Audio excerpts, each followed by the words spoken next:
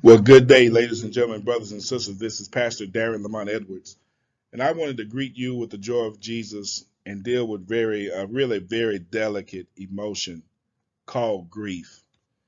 I'm the lead pastor of United Believers Community Church and have been privileged to serve in this capacity for several years.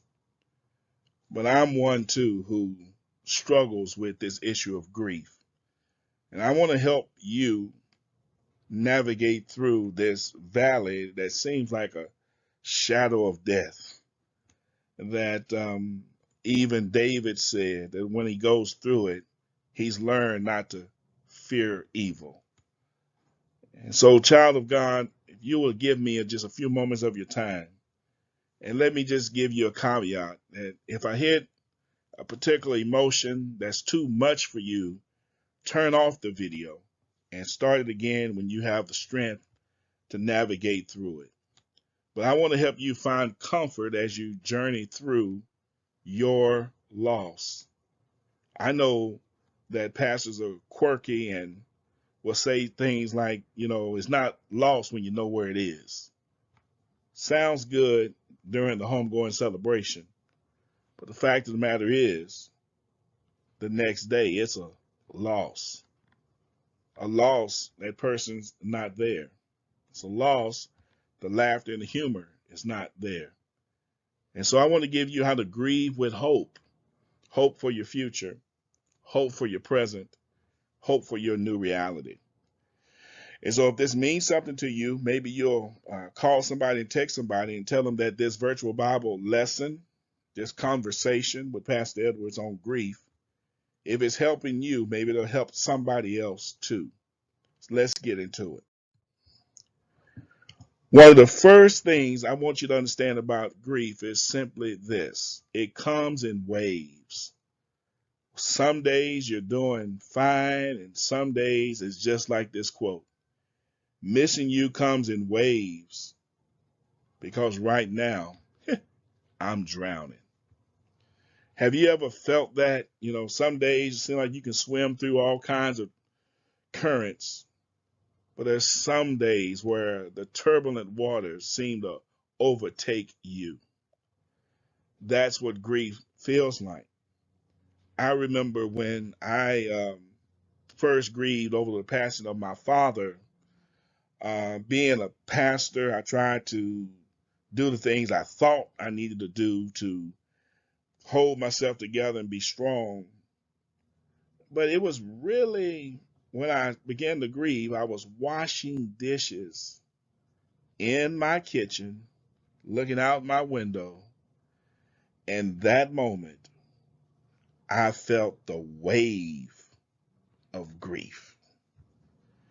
That's when it hit me. All the other times seemed to be okay, but it was that moment I'll never forget. It hit me. It really hit me. And so, am I talking to you? That's sometimes how grief feels. But also, watch this. And one thing I want to help you with is that the Bible is clear that God is with those who grieve. Yes, yes, he is. Psalm 147 verse 3 says he heals the brokenhearted and binds up their wounds. So watch what it teaches us. People who grieve are wounded. People who grieve are brokenhearted. So don't just look at the victorious voice of the text, but look at how it speaks to the inflicted, how it informs the inflicted in the text. The victorious voice is that he heals the brokenhearted and he binds their wounds. That's the victorious voice, but look at how it informs the inflicted. They're wounded and they're brokenhearted. In Psalm 91 verse 4, it says, he will cover you with his feathers, and under his wings you will find refuge. His faithfulness will be your shield and your rampart. That's good news for someone who's struggling with the issues of grief. But I have more for you. One of the things about grief I want you to know is to stay true to you. Stay true to you. God doesn't expect us to put a plastic smile on a broken heart. And listen, you ought to give me some thumbs up and hearts on that one. Stay true to you. Don't put a plastic smile on a broken heart if that's not just where you are. It's okay not to be okay.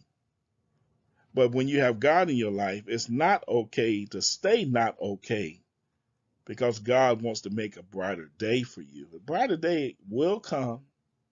It's there down the road somewhere, but it might not be today. So you don't have to put a plastic smile on a broken heart.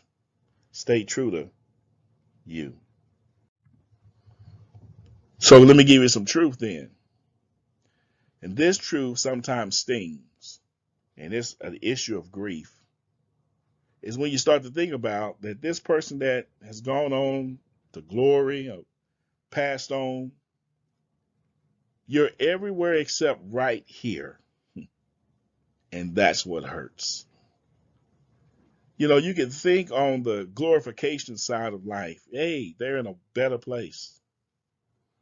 But the fact is, you're not in this place. You're everywhere except right here. And that's what hurts me. That's truth. That's grief. So time doesn't heal all wounds, but time spent with Jesus does. I'm not trying to put a Band-Aid on a serious illness, but I believe I have some witnesses who will say staying involved in active Christian worship has helped me. Staying engaged with the saints, even if it's for an hour, 30 minutes. I worship and I'm out. I'm not ready for fellowship. I'm not ready to kick it. But just to come get the singing and the word of God has helped me. So time doesn't do it. I'm going to tell you, I'm on the latter side of several years of my father's death, my brother's death, and several others who meant so much to me. And I know many of you can go even more years than that. And you can testify time doesn't heal all the wound. But time spent with Jesus helps to put salve on it. Are you with me? Let me show you something else. So let's deal with your house. And I'm not talking about your physical house, but your spiritual house. How do you deal with grief? Don't laugh at my artwork. See, I try to help you with your grief. I try to bring some relief to your grief by showing you my artwork.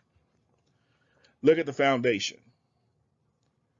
Values that govern your life. What are the values? What are your core values that govern your life? Time with God, relationship with family, whatever those things you value. That's your foundation. That's what's going to hold you up. Okay? So at the foundation, I want you to put your values. Your values got to be strong enough to hold up what we're getting ready to talk about. Okay? So if you don't have great values, your house will collapse, because that's your foundation. On top of your foundation is describe your grief journey. Describe your grief journey. How's your grief journey been so far?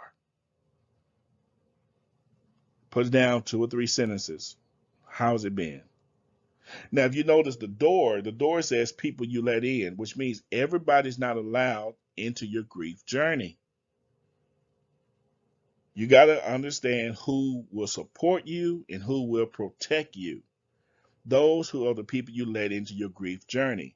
Everybody, whether they're family, church member, pastor, deacon, elder, whatever they just don't get a permissive pass to your grief journey. Unless you know for a fact these are those who have supported you and protected you, they're not allowed to come into your grief journey. So describe your grief journey, 2 or 3 sentences. On top of that, Deal with things that have helped you cope with your grief. What are the 3 to 5 things that help you to cope with your grief? Church attendance, crying, traveling, dressing up, going out, positive things. You may need to put some of the negative things too, because you need to work those out of your life. But they've helped you cope. And I'm going to leave that alone. But they've helped you cope with the negative things. You need to weed those out. But you may want to list those there too, so you can see what you've been doing to yourself while you've been grieving. On top of that, positive things that have come from your grief journey. What's some positive that's happened? You see a renewed you, a new normal is emerging in your life. And then at the top, what are your hopes for your future? That you've got to move past, move ahead. Notice I didn't say move on, because you never really move on. But you can move past, you can move ahead, but you really never move on. And so I wanted to give you this house example to help you frame how to evaluate your grief. I hope it helped you. It helped me. So the task of grief, task of grief, most people identify grief with a tier. So let's break it down by tier, T-E-A-R-T, to accept the reality of the loss. It comes. I tell you, when it first happens, it don't feel like it happened. And then it hits, then you have to accept the reality that this happened.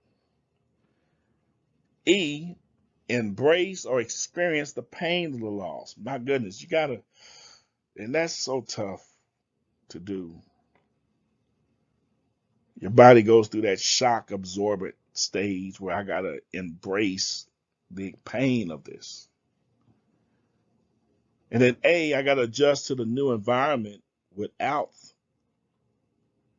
what I've lost. And may I submit that loss is just not a person. It could be a person, place, or thing. Some people grieve because they have to change to a new place. Some people grieve because they've lost a certain thing. Some people grieve because they've lost a person. Or is that now I've got to reinvest in my new reality or my new normal. Am I making sense? You might want to take a snapshot of that, because that'll help you as you go through your grieving cycle. Let's go. So Walt Disney says the way to get started is to quit talking and begin doing. You got to quit. I know. Listen, I know. I got to get started. I know. To take that first step through that valley into that dungeon is a tough step, but you got to eventually take it and know that God is with you.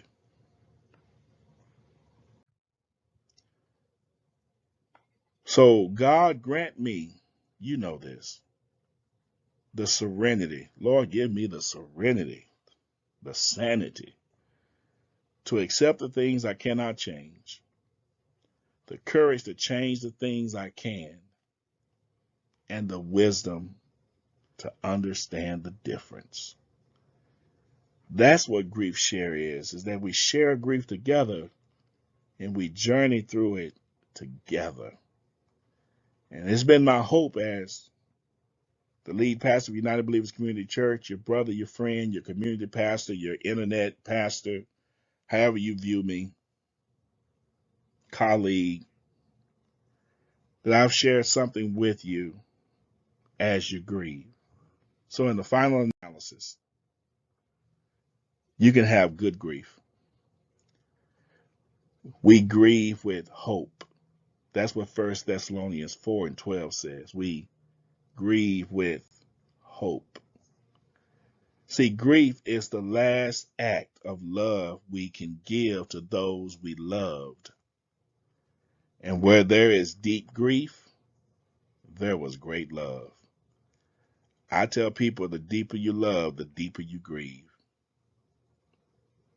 It's a real thing. So friend, family member, church member, brother, sister,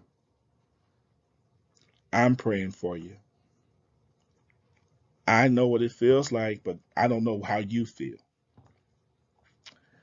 And I'm not trying to understand how you feel. I want to help you navigate through how you feel so you can feel better than how you feel. It's okay not to be okay, but let me tell you something else. As pastor, I don't think this is it.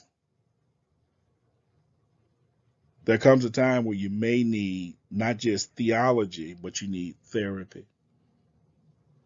And I'm a strong enough pastor to know that I can't give you everything you need. You may need to go sit down and talk to a professional counselor, someone you can really divest. Can you do it with a pastor? Yes, you can, but every pastor is not equipped to deal with the deep trenches that deal with us.